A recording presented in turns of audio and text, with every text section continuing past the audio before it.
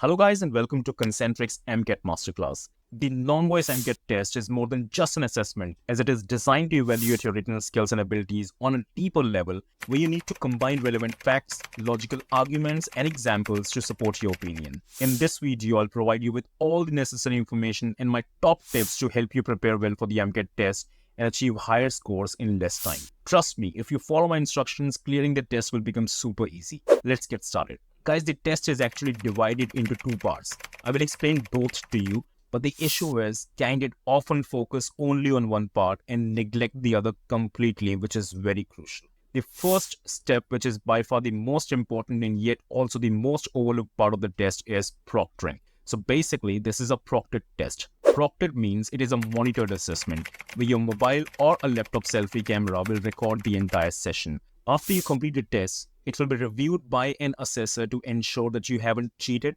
and completed the test with full integrity. You'll be surprised to know that approximately 35% of candidates are rejected because they were found compromising the test integrity intentionally or unintentionally. That's why I said this is the most important and overlooked part of the test. If I wanted, I could have started the test briefing immediately, but proctoring is equally important because no matter how well you do the assessment or score 80 out of 80, if you do not clear the proctoring, your test will be rejected, which happens with approximately more than 35% candidates. Let me quickly walk you through the most important test instructions in simple terms without taking much time. You can either pause the video and read them or take a screenshot or read them later. So the proctoring instruction says once the AMCAT test begins, it can't be paused, restarted or minimized.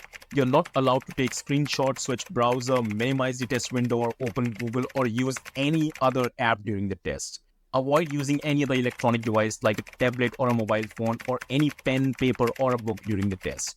Your face should be completely visible and you should have a proper lighting in the room. Avoid mumbling or talking to yourself as it may give an impression that you're reading something from somewhere. Lastly, you're not allowed to talk to anyone, no one should be present in the same room and no one should be talking in the background, as all this falls under the act of cheating. Now let's move on to the second part of the test, which is the actual test. So the moment you open the test email and click here to start the assessment, the first thing that will appear on your screen would be WriteX essay writing test. Open response test that evaluates the ability to write in English on a given topic. The test provides a score on content and grammar. One topic in 20 minutes. Please discuss your views on the topic below. Please compose your response in paragraph format. Write a detailed response providing relevant facts and logical arguments, justifying your opinion with suitable examples. The length of the essay should be between 100 to 400 words. Guys, let me explain the test instructions in easy words. This test has only one section called essay writing. You will get 20 minutes to write an essay and you must write it between 100 to 400 words. Your essay will be checked on the basis of your content and grammar and you must include the relevant facts, logical arguments and your opinion with suitable examples and format it in paragraphs. Guys, I want to add something very important regarding the word count. The test instruction says that the length of the essay should be between 100 and 400 words. But we have observed that those who write passages below 250 to 280 words may face rejection due to low word count. The logic behind this is they want us to include relevant facts, logical arguments, or share our opinion with examples. And I believe it is actually pretty difficult to do all this within 100 to 200 words. So it's best to aim for anything between 300 and 400 words if you really want to be on a safer side, and I highly recommend doing this. Let me quickly share a frequently given topic in the AMCAT test. If you wish, you can pause the video to read them or take a screenshot and read them later. Second important thing is I recommend taking this test on a laptop or a desktop rather than a mobile phone because typing on a small mobile keyboard can be challenging. Additionally, according to the proctoring guidelines, if your face is not clearly visible in the camera, your test may be rejected. Since the test has only one section and involves typing, I highly recommend using a computer. If you do not have one, consider borrowing a laptop or a desktop to complete the test. Before we proceed, I would like to discuss a crucial point ensuring your basics are correct. I'm referring to common mistakes that often leads candidates to score significantly low on the test. These are nothing but silly errors that many candidates tend to overlook. I see so many candidates solely focus on increasing the word count in an essay and not paying attention to these four basic yet important aspects of the test. Let me quickly guide you through how to rectify these four mistakes, and trust me, each point will help you earn additional 4 to 5 points while attempting the test. Tip number 1, capitalization error. Always start each sentence, paragraph, and the first letter after a full stop with a capital letter. Remember to capitalize proper nouns, which includes the name of people, places, and specific addresses. Additionally, I should always be capitalized. Avoiding these mistakes ensures that your writing maintains a grammatically correct appearance. Tip number 2. End your sentences the right way. Always put a full stop when you finish a sentence. Use a question mark at the end of a sentence that asks a question. Always use commas to separate items in the list and when you have two ideas joined together. This makes your writing clear and easy to understand. Tip number 3. Formatting tip. Use paragraphs when you express your ideas. Even the test instruction says, please compose your response in paragraph format. Also, choose everyday words to make it clear and stylish. This makes your writing easy to understand and gives it a polished look. Tip number 4, and most importantly, proofread your work. Go through what you wrote. Proofreading helps finding mistakes like grammar errors, spelling mistakes, and punctuation mistakes. It's a very good practice, just like our parents used to remind us to double check our papers before submitting in the examination hall. If you keep these 4 essential tips in mind while composing your essay, the assessor who will evaluate your test won't be able to find errors and you will end up receiving full marks of your writing. Guys, we have reached the most important part of the video where we'll discuss how to write effectively on any random topic and hit that word count goal. I've seen so many capable candidates who had the caliber to do the job successfully, but just because they couldn't write well on the topic or meet the desired word count, they were eliminated. The purpose behind creating this detailed video is to provide you with my insights and tips to ensure that you secure the job offer and kickstart your career journey with one of the leading BPOs in India. Hope you still remember the test instructions that says you have to write one essay in 20 minutes, which will be checked on the basis of your content and grammar, and you must include relevant facts, logical arguments, and your opinion with suitable example, and it should be formatted in paragraphs.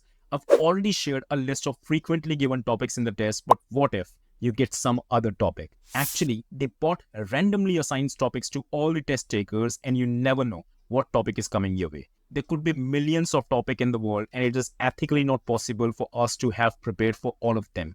So the best thing to do is to learn a method or a trick that enables you to write on any given topic. Let me share my all-time favorite technique for writing on any random topic. Remember, your writing skills will be evaluated here and clearing the assessment is crucial to move forward to the next round. So watch closely because in the next few minutes, you will learn something new that will ensure you pass the test with ease. So when it comes to the art of writing on any topic, I break it down into 3 parts. Number 1, introduction. Number 2, main content or body. Number 3, conclusion. Let me explain each point in detail, and in order to do that, I'll use a job interview as an example. So our first point is introduction. Always begin your topic with a brief introduction to set the stage for your writing. Have you ever wondered why questions like tell me something about yourself or can you give me a brief introduction are always the first questions asked in an interview? It's because the hiring manager wants to learn a bit about you before getting into the detailed questions. They want to know what is your name, what is your qualification, what is your work experience, what are your strongest skills and achievements, and what sets you apart from others and what makes you a perfect fit for this job. And we always try our best to introduce ourselves in a way that keeps the hiring manager interested and leaves them eager to know more about you. Similarly, our first objective should always be writing a convincing introduction statement for our passage. Our entire focus should be on capturing the assessor's attention and making them eager to know what is coming next. So let's see what information we should include while writing the introduction part of our passage. Guys, did you notice that all the questions when I was talking about an introduction part were starting with the question what? By the way, I wrote it like that to highlight it or to make you understand. Basically, what I want you to do is when you encounter any topic, begin by asking yourself what related questions. Think of an answer in your mind and then start writing accordingly. At the beginning level, you can start with the questions like what the topic is all about, what makes this topic important, what is its relevance, what makes this topic matter, and what the reader can expect. By the way, you do not have to include the answers of all these questions in your introduction statement. The idea is that different questions may be applicable to different topics. The list of questions that I just gave you is sufficient to help you write an introduction statement of any topic. And as the time progresses, feel free to improvise and add more questions as per your requirements or comfort. Let me share a few advanced level questions as well. What is the purpose behind discussing this particular idea or argument in the passage? What can the reader expect from the passage in terms of content and insights? What are a few interesting quotes, thoughts, or provoking questions you can add which can grab the reader's attention? In a nutshell, you must write your introduction statement in a way that it should serve as a guide, providing the reader with a roadmap for what to expect in rest of the content. You can take a screenshot of these questions if you wish while we move ahead to our next point. Point number 2, main content or body. Once your introduction is ready, we need to dive into the main content, elaborating on your ideas and thoughts to work on the body of the essay. There is no set pattern for the body section of an essay. Different people use different approaches. Let me share my approach or method of writing on any topic. If you find these tips helpful, do subscribe to my channel and share it with your friends to help them in clearing the assessment. I use a very simple and straightforward formula called FPCS to write in the body section of my passages. This method follows a more traditional approach for writing on topics, where F stands for facts. Always start writing on essays by presenting relevant and interesting facts and background information. This can include statistics, historical data, scientific findings, or any other factual details related to the topic you are discussing. Number 2 is P stands for problems. You should talk about the problems, challenges, or difficulties related to your topic. These might be real-world issues, complex aspects, or any negative sides of the subject. Use examples or stories to make your discussion more interesting and easier to relate to. Number 3 is C. C stands for causes. After discussing the problems, it's important to talk about the reasons behind those problems. Explain why these issues occur, what leads to them, or the factors that cause these challenges. If you can explain both problems and causes effectively in your topic, your passage will sound interesting. Even if you do not have in-depth knowledge of the topic, covering and explaining both problems and causes will certainly make it sound impressive. Number 4 is S. S stands for solutions. Along with solutions, we can also talk about alternatives. After discussing the problems and the causes, it's essential to focus on solutions. Provide ways to address the issues and consider introducing alternatives. Explain how these solutions or alternatives can improve the situation or overcome the challenges. It adds a practical and positive aspects to your discussion. Remember the formula FPCS: facts, problems, causes, solutions. This formula has always worked for me like a charm, and I hope this works for you as well. Once you clear the non-voice AMCAT test, your next round is going to be the HR, and after that it will be the verse in writing test. I've already created videos on both these topics which you should definitely check out. I will share the link of both these videos, how to clear the HR round or how to clear the verse in test, in the description and at the end of this video. Guys, be sure to share both the videos with your friends or anyone who needs help in clearing these assessments. Now let's move on to a final point, point number 3, conclusion. Just like the introduction and body statement of the passage, it is crucial that the conclusion is equally good. The conclusion is where you share your final thoughts, making your writing memorable and reiterating the main points you have covered. It helps readers in understanding your message clearly. It basically serves as the last part of your essay. Guys, please make sure of this thing. Avoid using any new ideas. If you have any new ideas, incorporate them in the body section of your essay. Keep your conclusion around 10 to 15% of your essay's total words. For example, in a 350 or 400 word essay, your conclusion should be about 35 to 60 words.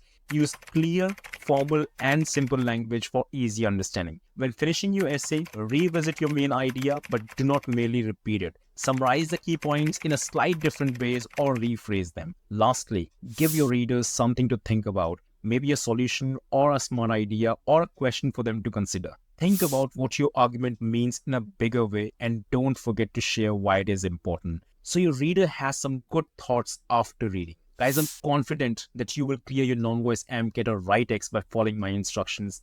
This is just the first assessment in your entry journey with Concentrix. Next is going to be the HR round, followed by the non-voice version and the operations round. I've already created videos on all these topics, and I highly recommend watching them to understand the entire interview format. Simply click on one of the videos appearing on the screen and I'll see you there for further briefing. And do not forget to subscribe to Hiring Guru Official. Thank you so much for watching. Bye-bye now.